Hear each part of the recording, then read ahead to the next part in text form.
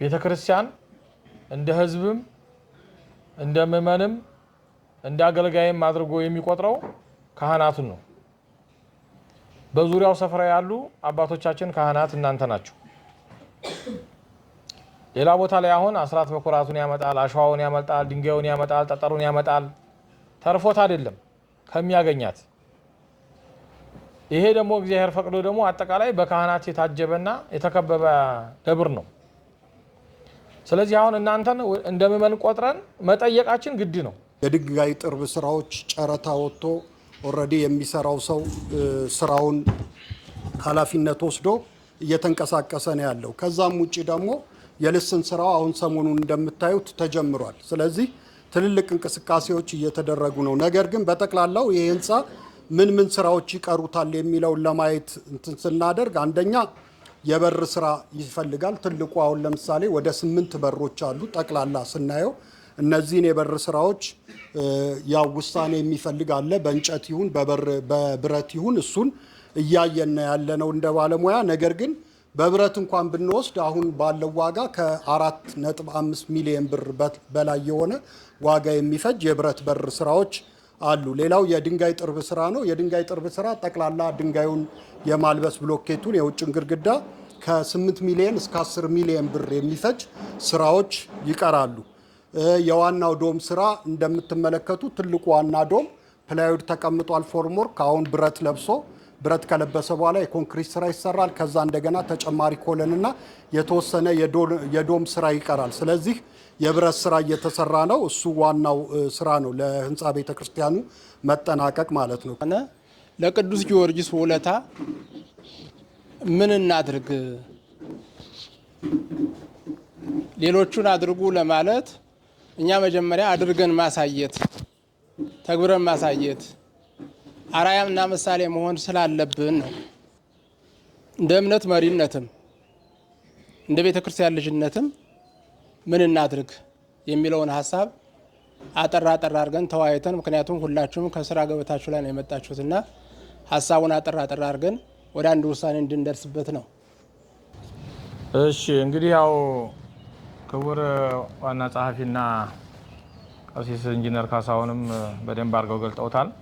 ህንፃ ቤተክርስቲያኑ ከተወሰኑ ወራት ወዲህ እንቅስቃሴውን እከታተላለሁ። በሚዲያው ላይክ ሸር አደርጋለሁ። በጣም እከታተላለሁ እና ያለው ለውጥ ያለው እንቅስቃሴ እኛ እንድንተኛ ያደርገን። ይሄ መዘጋጀት የግድ ነው የሚለን እጅግ በጣም ህንፃ ቤተክርስቲያኑ እየገሰገሰ ነው ያለው። እኔም ቤተክርስቲያን ሰሪ ነኝ። ያው መላከ ሰላም የጀመሩትን ለጋሲው አስቀጥዬ አሁን እኔ ወደ ማጠናቀቅ እየደረስኩ ነው። ግን ከዚህ የሚለየኝ ነገር አይኖርም። ስለዚህ ሁላችሁ ካህን ምንጊዜም ዝግጁ ነው። ግር እንዳይለን ይሄ የለመድነው ያለ የነበረ የሚኖር ነው። ይሄ ቤተክርስቲያን ሲመሰረት እኮ ደሞዛችን ሰጥታቸዋል። ደሞዛችን ሰጥተናል። ሌላም ቦታ እንደዚሁ። ስለዚህ የምንጠብቀው አጀንዳ ስለሆነ ሁላችን ይሄ አንድ ነገር መቻል እንዳለብን እኔ ራሴን አሳምኜ ነው የመጣሁት። በቀናነት ለቅዱስ ጊዮርጊስ ከምናገኘው ካለን አስተዋጽኦ ብናደርግ የሚጠበቅም ጭምር ስለሆነ እኔ ራሴን አዘጋጅቼ ነው የመጣሁት። እናንተም ራሳችሁ እንዳዘጋጃችሁ እያነበብኳችሁ ነው ያላችሁት። ማንም አይመጣም። በዚህ እንደ ካህን አገልጋዮች ነን። እንደ ኗሪነት ምእመንን እንወክላለን ማለት በውስጣችን ልጆቻችን ሚስቶቻችን ስላሉ። ስለዚህ የሚጠበቅ ነው። ህንፃው በሚደንቅ ሁኔታ በሚገርም ሁኔታ ግስጋሴው በጣም ጥሩ ነው። ይሄ ግስጋሴ እንዳይገታ እኛ እንዲሁም ጥያቄ ከጽህፈት ቤቱ ሊቀርብ አይገባም። እኛ ኮሚቴው ማህበረ ካህናቱ ተሳትፏችን የእኛስ ድርሻ ማለት የሚጠበቅብን ይመስላልና እኔ በደስታ ነው የምቀበለው። ስለዚህ ምንም ምርጫ አያስፈልግም። ይሄን ቻሉ በሉን፣ መቻል እንችላለን። በእውነት መልአከ ብርሃን ጥሩ አድርገው ከኛም የተሻለ አድርገው አቅርበውታል። በእውነት እግዚአብሔር ይጠብቅልን፣ የቤተክርስቲያን አምላክ ይጠብቅልን። ቀጣይ ሀሳብ ተጨማሪ። እሺ መምህር ቂርቆስ።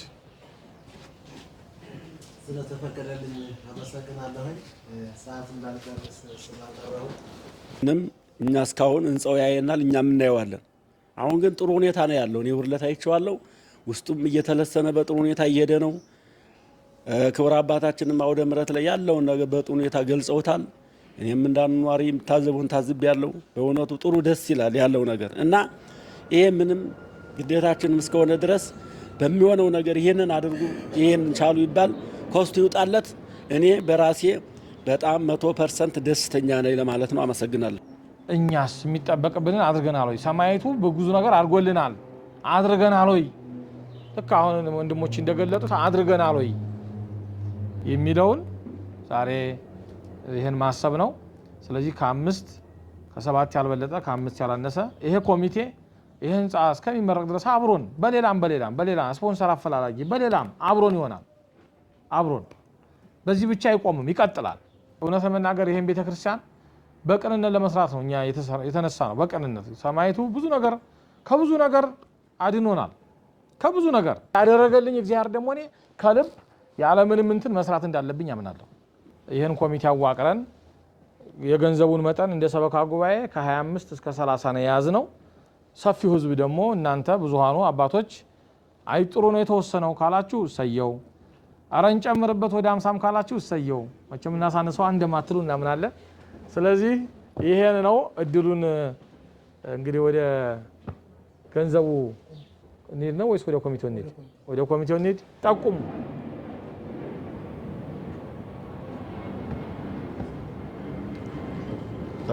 ማን አለ? እሺ በጣም ጥሩ። እንደውም ቄስ አበባው ደስ ያመስግኑሽ። ጥሩ ጎበዝ ናቸው። እሳቸውም ጠንካራ ናቸው፣ አርቆ ሀሳቢ ናቸው።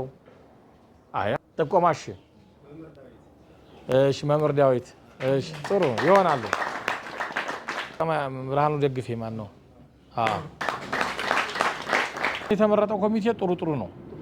መምህር ዳዊት፣ መምህር አሰፋ፣ መምህር መዝሙር፣ መጋቤ ጣፋጭ፣ ብርሃኑ ደግፌ፣ ሊቀ ስዩማን እዝራ፣ ቄስ አበባው፣ በቃ እነዚህ በቂ ናቸው።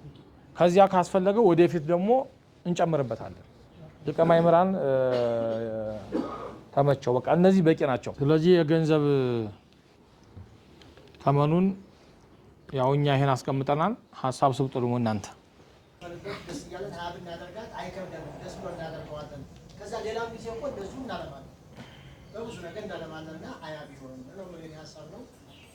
እሺ በዚህ ሀሳብ ተጨማሪ ሀሳብ ወይ የተለየ ሀሳብ? እሺ አባረጋዊ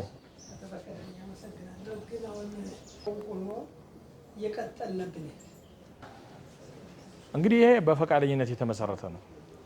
በደስታ ቢሆን እንደው ማማረር ሳይኖርበት በደስታ እንግዲህ 20 ተብሏል። እኛም ወደ 25 ወደ 30 ጠጋ አድርገነዋል። አማካኝ አድርገነው እንደው 25 አድርገነው ውሳኔውን ሳንሸራረፍ ከ25 እስከ 30 የሚለው ውሳኔውን አንደኛውን ተቀብለን 25 ብሎ አለባታችን አማካኝ 25 ብንተገብረው ምክንያቱም ለሰማዕቱ እስከሆነ ድረስ እሱ ለኛ ብዙ እያደረገ 5000 ብር 24 ቀን 25 ብንቶ 5 ብር ይጠቅመና ወይ ወዳን ስላልሆነ በ25 አድርገ ነው አሻራችንን ብናስቀምጥ የሚከብደን ከሆነ መንበር ነው ለካህን የሚገባው ፈቃሪዎች ከሆነ አባታችን የሚከብደን ከሆነ እንኳን ባለሀብት ትንሽ ደገፍ እንዲያደርገን አድርገውልን መንበሩ ላይ ቢሆን የኛ ስም ነው መንበሩ ነው ለካህን የሚገባውና ለምን ከሚይዘው መንበሩን ወደ መንበሩ ነው የኛው እንትን ሙሉ በሙሉ መንበሩን ለመሸፈን እንኳን ባይችልኛ ብናወጣው ቢያንስ ደግሞ ደጎም የሚያደርገን የብሩም ሆነ ሌላ ባለሀብት ደገፍ እንድታደርጉን ብቻ ያስፈልጋል እንጂ መንበሩ አንዱ ካልሆነ ደግሞ አንዱ የሚቀደበት ማካከለኛው ነው ማለት ሆኖ በ25 ብናሳድፈው የተሻለ ነው ማለት ነው። 2,175,000 አካባቢ ይመጣል። ስለዚህ ቻለ ማለት ነው። ሽሮ እንደውም ለወንበር ይተርፋል። ስለዚህ አሁን ይሄ መንበር በአስቸኳይ በትንሹ 500-600 ሺህ ብር ቀብድ መከፈል አለበት ለመጀመርና ያው ግድ 3 መንበር ስለሆነ ችግር የለውም። እናንተ መንበሩን ያዙ። ለእናንተም በረከት ነው፣ ለስምም ነው፣ ታሪክም ነው። ስለዚህ እኛ አሁን ከኛ የሚጠበቀው በሁለት ወር ውስጥ ገንዘቡ ሲሰብሰብ ለምን ነገ ከነገ ወዲያ እየተባለ ከሆነ እንጨቱም እየጨመረ ገበያውም እየጨመረ ስለሚሄድ ሌላ ነገር እንዳያመጣብን እናንተ አሁን ከዛሬ ጀምሮ ያው ተሰይማችኋል። ነገ ከነገ ወዲያ አነጋግረን ሰውየውን ቢያንስ በዚህ ቀን ቀብድ እናመጣለን ብለን ማሳረፍ አለብን። ስለዚህ በዚሁ ይጠናቀቅ። ይሄኛው ገንዘቡ ግን ገቢ መሆን ያለበት ያው ኮሚቴው በሁለት ወር ውስጥ ማጠናቀቅ አለበት። እሺ ሌላው ደግሞ ምናልባት አሁን አንዱ የፈቀደለት ሰው ዛሬም ነገም ወዳ ያስገባ ይችላል። የገንዘብ አገባቡ ነገር እንዴት ነው የሚሆነው? በቤተሰብ አካውንት ሰጥቶ በቤተሰብ አካውንት ነው የሚገባው ወይስ እንዴት ነው ያሰባሰቡ ሁኔታ? ግን ደግሞ ግልጽ እንዳደረጉ ለማለት ነው። አመሰግናለሁ። እኛ ግን በቃለ ዓዋዲው ሕግና መሰረት የምንለው በህንፃው አካውንት ነው። አጠቃላይ ማንም በህንፃ አካውንት አስገብቶ ደረሰኝ መውሰድ ይችላል። ገንዘቡን ገቢ አድርጎ ደረሰኝ መውሰድ ይችላል። እኛ የምንፈልገው ግን አሁን እዚህ ጋር 2,175,000 ብር ብቻ እንዲደርስ እንዲገባ ነው የምንፈልገው። እኛ በህንፃው አካውንት ቢገባ እኛ ችግር የለብንም። ባይሆን ምንድነው ያስገባ ነው እኛ ነን። ለዚህ ዓላማ ነው የተፈለገው። ይሄን ነው እኛ የምናሰራው ብሎ ኮሚቴው ከህንፃ ኮሚቴው ጋራ በጋራ ውይይት እናደርጋለን። እሺ መምህር ባባ እሺ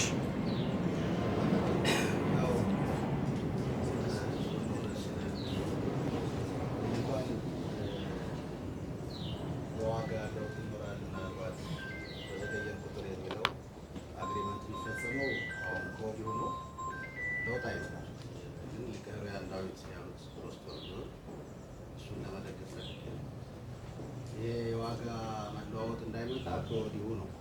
አሁን አባታችን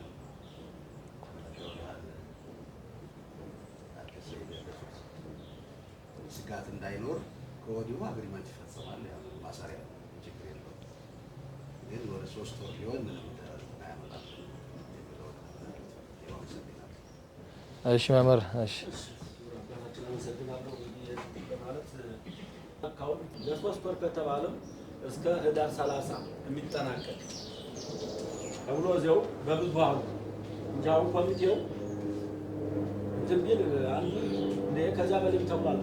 አክፈል አልከፈልክም በጊዜ እዛ በላይ ተሰጥቶኛል 4 ወር ሊሆን ይችላል የሚል ክፍተት ሊያመጣልን ይችላል። ስለዚህ ወይ 2 ወር ወይ 3 ወር በብዙሃኑ ተደግጎ ለዚያ ደግሞ እኛ ኮሚቴዎቹ ያንን አስፈጻሚዎች እንዲሆን መሆን አለበት ለማለት ነው።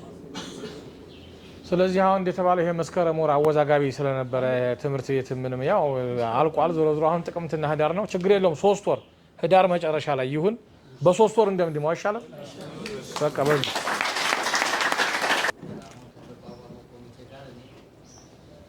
10,000 ብር ተሳተፋለሁ በራሴ መድረክ የሚከፈትና የጋራ ውሳኔ የሚሰጠው ደግሞ መድረክ ተመቻችቶ ሁሉ በአቅሙ ልክ መንፈሳዊ ግዴታችን ነው።